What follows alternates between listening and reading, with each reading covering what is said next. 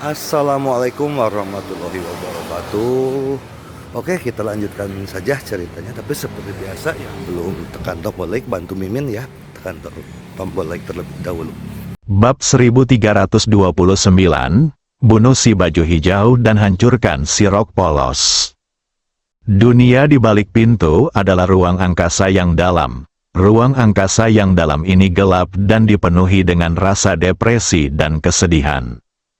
Di hadapan mereka, ada tangga batu yang lebarnya ratusan kaki, berkelok-kelok dari bawah kaki mereka menuju ke kedalaman langit berbintang hingga mencapai ujung pandangan mereka. Tangga batu ini berwarna merah darah, seolah terbuat dari darah, sungguh mengerikan. Leluhur iblis buas memandangi anak tangga batu berwarna merah darah dengan ekspresi yang lebih serius dari sebelumnya. Karena saat melihat anak tangga batu itu, hatinya seakan digenggam oleh sebuah tangan. Dia merasa amat tertekan, seperti tercekik. Dan di ujung tangga batu itu, ada penghalang tak terlihat. Leluhur iblis buas penuh dengan kebingungan. Sebenarnya tempat apa ini? Pada saat ini, Kaisar Fan Zhao tiba-tiba berjalan menuju tangga batu. Saat dia melangkah di anak tangga batu, anak tangga itu tiba-tiba bergetar hebat. Kemudian, keinginan kuno tiba-tiba melonjak dari anak tangga, lalu menghantam Kaisar Fan Zhao bagai air bah. Ekspresi leluhur iblis liar tiba-tiba berubah. Dia menatap pemandangan itu dengan tak percaya dan berkata dengan kaget, ini adalah niat dari orang suci sejati. Ada puluhan ribu makna seperti ini di anak tangga batu. Masing-masing dari mereka adalah arti sebenarnya dari Yang Kudus. Puluhan ribu niat orang kudus sejati, bagaimana ini mungkin? Leluhur iblis buas menatap anak tangga batu di depannya dengan tak percaya, merasa itu tidak nyata. Dalam peradaban seberang saat ini, sangatlah sulit untuk menghasilkan orang suci sejati, tetapi di sini, ada puluhan ribu orang suci sejati. Di manakah tempat ini? Pada saat ini, pikirannya berdengung dan dia tercengang oleh ide-ide suci sejati di hadapannya.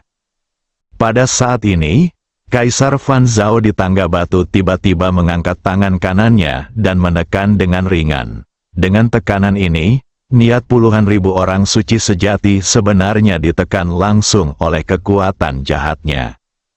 Melihat pemandangan ini, pupil mata leluhur iblis buas tiba-tiba menyusut, dan hatinya sangat terkejut. Hanya dengan lambaian tangannya, dia menekan niat puluhan ribu orang suci sejati. Kaisar Fan Zhao berjalan menuju ujung tangga batu selangkah demi selangkah. Di tangga batu, puluhan ribu niat suci sejati dengan panik menentang Kaisar Fan Zhao, mencoba menghentikannya bergerak maju, tetapi sia-sia. Semua niat sebenarnya dibendung dan mereka tidak dapat melawan sama sekali. Leluhur iblis buas ragu sejenak, lalu buru-buru mengikutinya. Namun ketika ia melangkah ke anak tangga batu, ia mendapati bahwa niat para orang suci sejati itu tidak ditujukan kepadanya, tetapi justru bersahabat dengannya. Hal ini membuatnya sangat bingung. Kaisar Fan Zhao memasang wajah tanpa ekspresi saat dia perlahan menaiki tangga. Semakin tinggi dia melangkah, semakin kuat pula niat para santo sejati itu. Tetapi mereka semua tidak mampu menahan pikiran jahatnya. Leluhur iblis buas yang mengikuti di belakang Kaisar Fan Zhao menjadi semakin takut saat dia berjalan. Karena dia menemukan bahwa beberapa niat orang suci sejati sangat mengerikan. Meski itu hanya sebuah niat, kekuatan mengerikan yang terkandung di dalamnya membuatnya merasa sedikit berdebar, dan terlebih lagi, beberapa aura di antara mereka benar-benar membuatnya merasa agak akrab. Di manakah tempat ini? Leluhur iblis buas menjadi semakin bingung. Tidak lama kemudian, Kaisar Fan Zhao tiba di ujung tangga batu. Dia mengulurkan jarinya dan mengetuk pelan. Lalu penghalang tak kasat mata itu langsung mencair bagaikan kertas yang bertemu air. Dan saat penghalang itu meleleh seluruhnya, Aura mengerikan menyerbu ke arahnya. Terperangkap lengah, leluhur iblis buas tercekik oleh aura ini. Kaisar Fan Zhao melambaikan tangannya dengan ringan, dan semua aura itu pun tertolak. Leluhur iblis buas merasa lega dan menghela napas lega. Kaisar Fan Zhao melangkah melewati gerbang batu, dan di belakangnya, leluhur iblis liar juga tergesa-gesa masuk ke gerbang batu. Saat dia memasuki gerbang batu, seluruh tubuhnya membatu di tempat. Di atas kepalaku ada langit berbintang, dan di kedalaman langit berbintang, bintang-bintang yang menyala terus berjatuhan ke arah mereka, padat seperti hujan badai, tak berujung. Di hadapan bintang-bintang itu, berdiri seorang lelaki jangkung dan agung di langit. Dia memandang alam semesta yang berbintang, menyentuh bintang-bintang dengan tangannya, dan menahan kedatangan bintang-bintang dengan kekuatannya sendiri. Ratusan ribu kaki di sebelah kanan, berdiri seorang pria kekar. Pria itu sebesar gunung. Dia mengayunkan tinjunya di depannya dengan ganas. Setiap kali palu itu jatuh, galaksi akan bergetar, seolah-olah terjadi gempa bumi besar. Dan di belakangnya terdapat lorong ruang waktu yang panjangnya puluhan ribu kaki. Dia telah menggalinya dengan tinjunya. Ruang dan waktu ini tampaknya disegel oleh suatu kekuatan misterius. Setiap kali dia meninju, ruang dan waktu di depannya hanya akan hancur sedikit, hanya sedikit. Ratusan ribu kaki di depan, berdiri 13 orang, dipimpin oleh seorang pria berjubah hitam. Lelaki itu berdiri tegak, bagaikan tombak atau pedang, memegang pedang di tangannya, berdiri dengan gagah. Itulah Santo Haoran sejati. Di depan mereka, ada lorong misterius. Lorong itu seperti pusaran air, dan dasarnya tidak dapat dilihat sekilas. Tetapi dari kedalaman pusaran air itu, aura yang kuat terus mengalir. Kedua belas pria itu hanya berdiri di sana menjaga, seperti patung. Leluhur iblis buas tercengang oleh pemandangan di depannya. Apa yang sedang terjadi? Di manakah ini? Kaisar Fan Zhao tiba-tiba berjalan perlahan menuju lorong misterius di kejauhan. Di atas galaksi, pria agung yang seorang diri melawan bintang-bintang menatap ke bawah ke arah Kaisar Fan Zhao dan sedikit mengernyit. Di sisi lain, lelaki kekar yang dengan panik memahat waktu dan ruang juga menoleh untuk melihat Kaisar Fan Zhao. Alisnya yang tebal berkerut. Leluhur iblis buas mengikuti Kaisar Fan Zhao perlahan sambil linglung. Segera, Kaisar Fan Zhao datang ke sisi kanan Haoran dan lainnya. Haoran dan yang lainnya menoleh untuk melihat Kaisar Fan Zhao. Kaisar Fan Zhao mengabaikan mereka dan berjalan lurus menuju lorong misterius itu. Leluhur iblis liar hendak mengikutinya, ketika sebuah suara tiba-tiba datang dari sampingnya, liar. Leluhur iblis liar menoleh dan melihat seorang lelaki tua berbaju kain sedang menatap Haoran dari belakang. Leluhur iblis liar agak bingung. Tetapi pada saat berikutnya, dia sepertinya memikirkan sesuatu. Wajahnya tiba-tiba berubah drastis, dan dia berkata dengan ngeri, "Kamu adalah leluhur suci liar." Leluhur suci dari padang belantara, orang suci sejati pertama dalam sejarah Savage Ancestral Court. Leluhur suci dari alam liar mengangguk sedikit.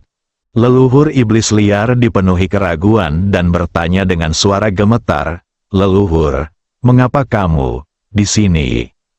Leluhur suci dari alam liar tidak menjawabnya, tetapi memandang Kaisar Fan Zhao yang sedang berjalan menuju lorong misterius itu. Melihat Kaisar Fan Zhao semakin dekat ke jalan misterius itu, dia mengerutkan kening, dan dia perlahan mengepalkan tangan kanannya dan hendak mengambil tindakan. Tetapi Haoran, yang memimpin, menggelengkan kepalanya sedikit. Sang santo dari alam liar ragu-ragu sejenak, tetapi akhirnya memutuskan untuk tidak mengambil tindakan. Di bawah tatapan orang banyak, Kaisar Fan Zhao berjalan ke depan jalan misterius itu. Dia melambaikan tangan kanannya dengan lembut, dan lorong misterius itu tiba-tiba menjadi mendidih. Setelah beberapa saat, sebuah suara kuno tiba-tiba terdengar dari lorong misterius itu. "Tolong!" Kaisar Fan Zhao langsung melangkah ke dalamnya. Melihat pemandangan ini, semua orang di belakang Haoran mengerutkan kening.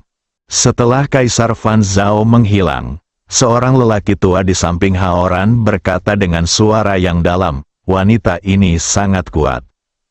Semua orang tampak serius. Perasaan tertekan yang dibawa oleh wanita ini benar-benar mengerikan. Haoran menatap lorong misterius itu tanpa berkata apa-apa. Pada saat ini, dia sepertinya merasakan sesuatu dan berbalik untuk melihat peradaban di sisi lain. Sekilas terlihat keterkejutan di matanya, lalu senyum muncul di wajahnya. Hampir pada saat yang sama, semua orang kuat di dunia ini menoleh untuk melihat peradaban di sisi lain, dan keterkejutan mereka berubah menjadi keterkejutan. Sehat, pada saat ini, seorang pria yang memegang tombak di belakang Haoran tiba-tiba tertawa dan berkata, "Seorang suci sejati lainnya telah muncul di peradaban sisi lainku, dan dia adalah seorang kultivator pedang." Pendekar pedang suci sejati. Semua orang di lapangan tersenyum. Selama bertahun-tahun, peradaban sisi lain hanya menghasilkan satu pendekar pedang suci sejati, dan itu adalah Haoran. Jika bukan karena Haoran, mereka sudah runtuh sejak lama. Mereka tidak menyangka bahwa di era ini, seorang pendekar pedang suci sejati akan muncul. Ini mengejutkan mereka dan sekaligus membuat mereka merasa sedikit tidak percaya. Haha, di kejauhan, lelaki kekar itu tertawa, bahagia. Sambil berbicara, dia melambaikan tangannya dengan liar dan meninju ke depan berulang kali, menyebabkan langit dan bumi bergetar hebat. Di atas langit, senyum langka muncul di wajah pria jangkung itu. Di era seperti peradaban pantai lain, kemunculan seorang suci sejati, yang juga seorang pendekar pedang, merupakan kejutan besar bagi mereka. Di sampingnya, leluhur iblis liar berjalan mendekati leluhur suci liar. Wajahnya penuh kebingungan. "Leluhur suci, sebenarnya tempat apa ini?" Sang Saint Savage memiliki ekspresi yang rumit dan berkata dengan lembut, "Medan perang di sisi lain."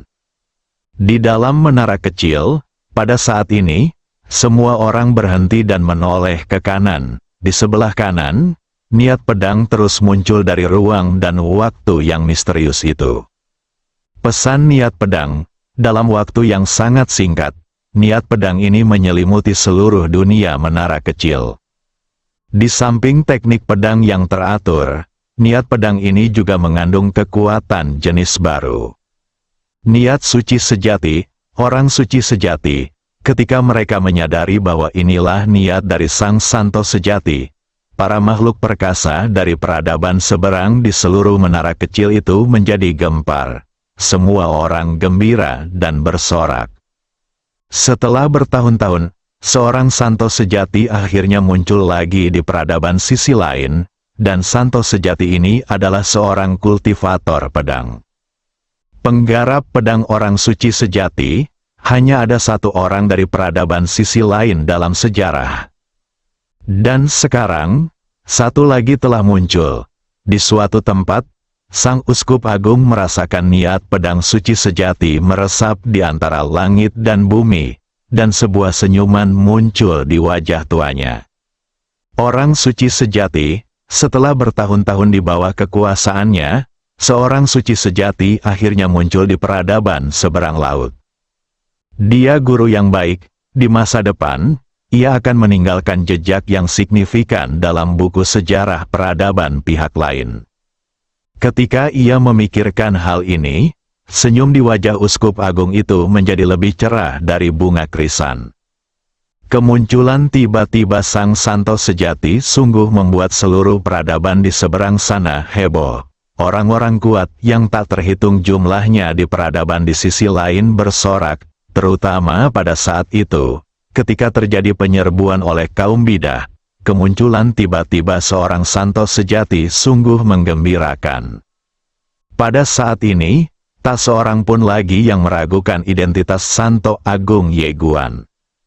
Dalam ruang dan waktu yang khusus, Ye Guan berdiri di antara langit dan bumi. Matanya sedikit terpejam, niat pedang yang kuat terpancar dari tubuhnya, sementara awan malapetaka di atas kepalanya tidak menghilang. Tidak hanya itu, setelah dia mencapai tingkat orang suci sejati, kekuatan malapetaka yang terkandung dalam awan malapetaka menjadi lebih kuat. Namun, ini bukanlah musibah biasa, melainkan musibah seorang wali sejati. Jika Anda dapat melaluinya, Anda dapat menjadi orang suci sejati. Jika Anda tidak dapat melewatinya, jiwa Anda akan hancur dan kultivasi Anda akan dikembalikan ke langit dan bumi. Ledakan, pada saat ini, petir yang tak terhitung jumlahnya jatuh ke arah Ye Guan di bawah seperti hujan badai. Haha, di bawah, Ye Guan tiba-tiba tertawa keras, lalu berubah menjadi cahaya pedang yang membubung ke langit untuk menyongsong bencana. Di lorong misterius itu, Kaisar Fan Zhao berjalan menuju kedalaman selangkah demi selangkah. Setelah waktu yang tidak diketahui, dia berhenti. Tidak jauh di depannya berdiri seorang pria parubaya berpakaian putih. Di belakang pria parubaya itu terdapat sebuah gugusan bintang yang misterius. Di dalam gugusan bintang tersebut, terdapat aura-aura mengerikan yang tak terhitung jumlahnya. Sangat dahsyat. Pria parubaya itu menatap Kaisar Fan Zhao di depannya dengan mata tenang. Kaisar Fan Zhao berkata dengan tenang, "Kerja sama." Pria parubaya itu terkekeh, "Mengapa kamu melakukan itu?" Kaisar Fan Zhao tiba-tiba merentangkan kedua telapak tangannya, dan dalam sekejap, sebuah pikiran jahat yang mengerikan terpancar, tidak ditujukan pada pria parubaya itu, tetapi menyapu ke langit berbintang yang misterius. Ketika pikiran jahat ini muncul di langit berbintang yang misterius, langit berbintang yang misterius itu mendidih dalam sekejap. Pada saat yang sama, pikiran jahat yang tak terhitung jumlahnya berkumpul dari kedalaman alam semesta seperti air pasang. Satu pikiran saja, malapetaka abadi akan datang. Senyum pria parubaya itu berangsur-angsur menghilang, dan ekspresinya menjadi serius. Dia terdiam. Pada saat ini, sebuah suara tiba-tiba memasuki lautan kesadarannya. Dia menatap Kaisar Fan Zhao. "Bagaimana kita bekerja sama?" Kaisar Fan Zhao menarik tangannya, dan dalam sekejap, semua kekuatan jahat menghilang tanpa jejak. Kaisar Fan Zhao berkata dengan tenang, "Saya akan membantu keluarga kekaisaranmu mendapatkan perahu ke pantai seberang." Pria parubaya itu menatap Kaisar Fan Zhao, "Apa yang ingin kamu dapatkan?" Kaisar Fan Zhao perlahan menutup matanya, dan niat membunuh dalam tubuhnya tiba-tiba melonjak keluar. Bunuh King San, hancurkan Sukun. Bab 1330, Rok Polos, Kemeja Hijau. Apakah kamu berani bertarung? Bunuh kemeja hijau dan hilangkan rok polos. Mendengar apa yang dikatakan Kaisar Fan Zhao, pria parubaya itu mengerutkan kening. Orang-orang dari sisi lain peradaban, atau orang-orang di luar peradaban. Kaisar Fan Zhao menarik napas dalam-dalam dan menekan semua niat membunuh dan permusuhannya, istri yang beradab. Pria parubaya itu mengangguk. Ya, dia harus lebih berhati-hati dengan orang di luar peradaban. Orang-orang dalam peradaban tidak perlu mempertimbangkan apapun. Karena bagi mereka, mereka yang berada di dalam peradaban masih berada di dalam Tao. Orang-orang kuat dalam Tao, tidak peduli seberapa kuat mereka, memiliki batas atas. Mereka yang berada di luar peradaban berada di luar Tao. Orang-orang kuat setingkat ini harus dianggap serius bahkan oleh klan kekaisaran kuno seperti mereka, karena sulit untuk mengatakan apa batas atas orang-orang kuat di luar Tao. Tentu saja dia tidak membencinya. Dia menatap Kaisar Fan Zhao dan berkata, "Dengan kekuatanmu, tidak ada seorang pun di peradaban bawah yang bisa menjadi lawanmu kecuali perahu di sisi lain. Mengapa kamu tidak bisa membunuh kedua orang itu sendiri?" Kaisar Fan Zhao berkata dengan tenang, "Jika satu lawan satu, dengan kekuatanku saat ini, aku secara alami memiliki peluang untuk menang. Tetapi ada dua dari mereka, dan ada beberapa orang di belakang mereka." Pria parubaya itu menatap Kaisar Fan Zhao. "Kita dapat menghancurkan perahu suci bahkan tanpamu. Jelas saja mereka menginginkan lebih banyak keuntungan." Kaisar Fan Zhao mencibir, "Kita telah berperang selama lebih dari 10 miliar tahun dan masih belum menang. Kamu bilang kamu bisa menang, tidakkah menurutmu itu konyol?" Pria parubaya itu menyipitkan matanya sedikit, dengan ekspresi buruk di wajahnya. Kaisar Fan Zhao melanjutkan, "Bahkan tanpa aku, kalian tetap akan bertarung melawan dua orang yang baru saja aku sebutkan. Karena orang-orang yang mereka latih kini telah bergabung dengan aula suci tepi lain dan berada di pihak perahu tepi lain. Apakah kalian mengerti?" Pria parubaya itu mengerutkan kening.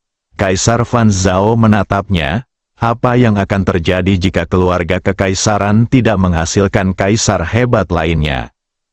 Wajah lelaki parubaya itu langsung berubah. Dia menatap Kaisar Fan Zhao, agak terkejut. "Anda orang beradab di sini. Bagaimana Anda tahu hal-hal ini?" Kaisar Fan Zhao memiliki ekspresi kosong di wajahnya. "Ini bukan sesuatu yang perlu Anda khawatirkan." Pria parubaya itu menatap Kaisar Fan Zhao, dan tiba-tiba menjadi waspada. Di bawah blokade klan kekaisaran mereka, peradaban di sisi lain sekarang menjadi sangkar besar. Semua orang kuat di peradaban ini tidak bisa meninggalkan peradaban di sisi lain sama sekali. Oleh karena itu, sangatlah mustahil bagi orang-orang di peradaban ini untuk mengetahui apa yang terjadi di dunia luar. Tetapi pada saat ini, wanita di depannya benar-benar mengungkapkan motif keluarga kekaisaran mereka dan situasi memalukan yang sedang mereka hadapi. Bagaimana ini mungkin? Pria parubaya itu merasa aneh dengan masalah ini.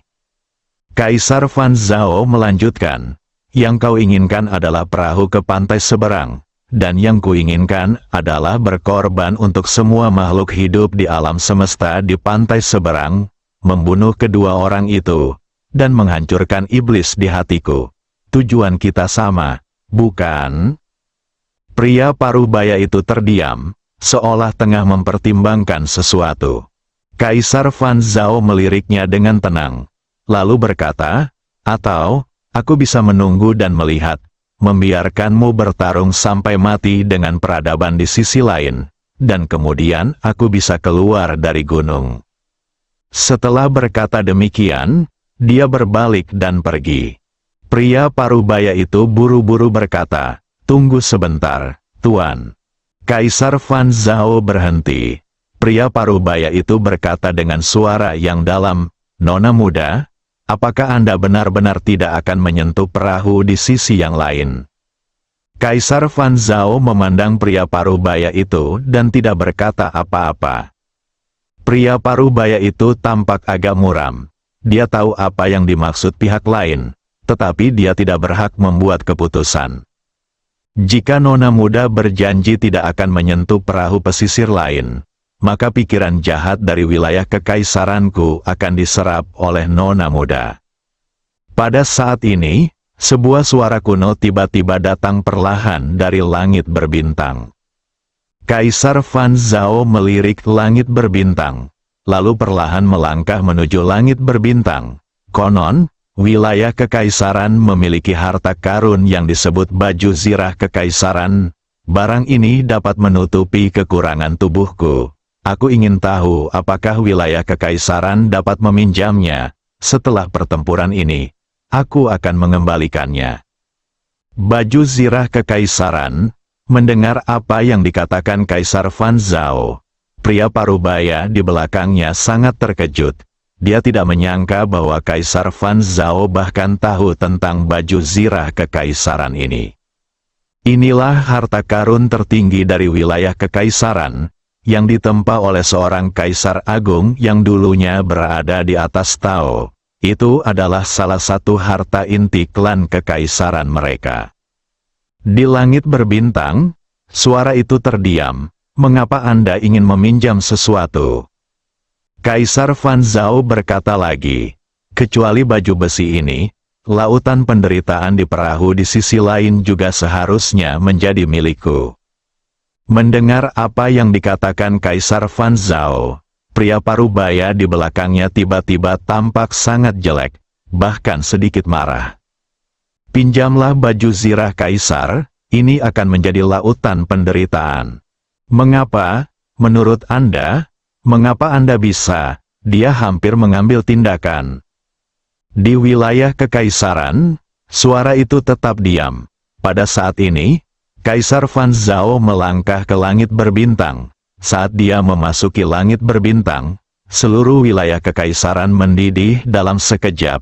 Pikiran jahat yang tak terhitung jumlahnya menerobos kekuatan hukum agung wilayah kekaisaran dan berkumpul menuju langit berbintang. Setengah langkah lagi, melihat pemandangan ini, lelaki parubaya di lorong ruang waktu itu langsung ketakutan di tempat, suaranya pun bergetar. Di zaman akhir Dharma ini, saat tidak ada kaisar agung yang muncul, karena jaraknya hanya setengah langkah, orang itu benar-benar tak terkalahkan. Bahkan keluarga kekaisaran yang tua dan hebat seperti klan kekaisaran harus sangat berhati-hati saat menghadapi orang kuat yang berada di luar alam setengah langkah Dao. Dia tidak pernah membayangkan bahwa wanita di depannya benar-benar telah melampaui alam orang suci sejati dan mencapai tingkat setengah langkah lebih jauh. Setelah kaget, dia merasa lega karena dia tidak mengambil tindakan apapun tadi. Kalau tidak, dia mungkin sudah mati. Jika dia terbunuh, keluarga kekaisaran tidak akan pernah menyinggung orang kuat tak tertandingi yang melampaui alam setengah langkah Dao baginya.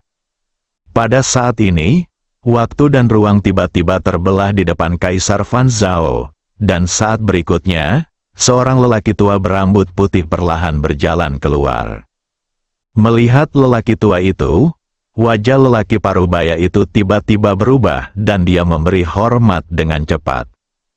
Orang tua ini tak lain adalah kepala keluarga kekaisaran mereka saat ini, Kaisar Ming. Kaisar Ming mengepalkan tangannya ke arah Kaisar Fan Zhao. Maafkan aku. Kalau saja wanita di hadapannya hanyalah seorang saint sejati puncak, dia tidak akan memenuhi syarat baginya untuk tampil secara langsung. Puncak orang suci sejati sangatlah kuat, tetapi selama dia tidak mengambil setengah langkah itu, mustahil baginya untuk dikenali oleh lingkaran mereka. Setengah langkah keluar, orang-orang kuat tingkat ini perlu ditanggapi dengan sangat serius oleh keluarga kekaisaran. Kaisar Fan Zhao memandang Kaisar Ming di depannya. Bagaimana? Kaisar Ming tersenyum dan berkata, tidak masalah. Jika wanita di depannya hanya berada di puncak alam saint sejati, maka dia tidak akan tahu apa yang sedang terjadi jika dia menginginkan lautan kepahitan dan armor kaisar. Namun jika di luar jalan setengah langkah, maka permintaan tersebut tidaklah berlebihan sama sekali. Sebaliknya, keluarga kekaisaran akan mendapat keuntungan. Setelah mendapat jawaban di Ming, Kaisar Fan Zhao mengangguk, dan perlahan-lahan menutup matanya. Di sekelilingnya, pikiran-pikiran jahat yang luar biasa berkumpul ke arahnya seperti air pasang. Dia menyerap pikiran jahat seluruh kekaisaran. Dapat dikatakan bahwa dengan kekuatannya saat ini, tidak peduli ke alam semesta manapun dia pergi, selama orang terkuat di alam semesta itu tidak dapat mengalahkannya, dia akan dapat menyerap semua pikiran jahat di alam semesta itu. Jika dia mengorbankan semua makhluk hidup di alam semesta itu, kekuatannya akan menjadi lebih mengerikan. Sekarang, dia telah mencapai Dao Agung. Dalam wilayah Dao Agungnya, segala sesuatu yang berhubungan dengan kejahatan merupakan obat mujarab baginya, Kaisar Brahma Zhao. Kaisar Ming memandang Kaisar Fan Zhao yang tengah asyik-asyiknya mengamati tak jauh dari situ. Meski wajahnya tenang, hatinya sudah agak berat. Dia telah melihat pikiran jahat yang mengerikan.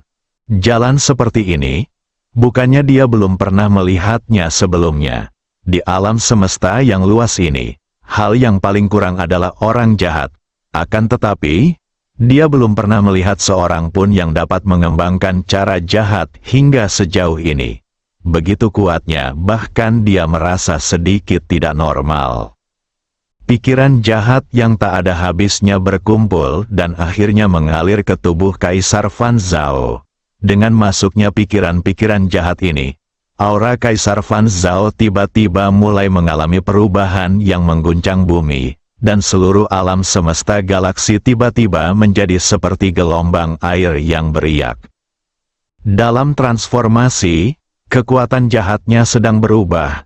Melihat pemandangan ini, semua orang kuat dari klan kekaisaran yang hadir terkejut. Kaisar Ming tetap diam. Ekspresinya serius. Pada saat ini, dia menyesal telah menyetujui niat jahat devouring imperial domain yang diajukan oleh wanita di depannya.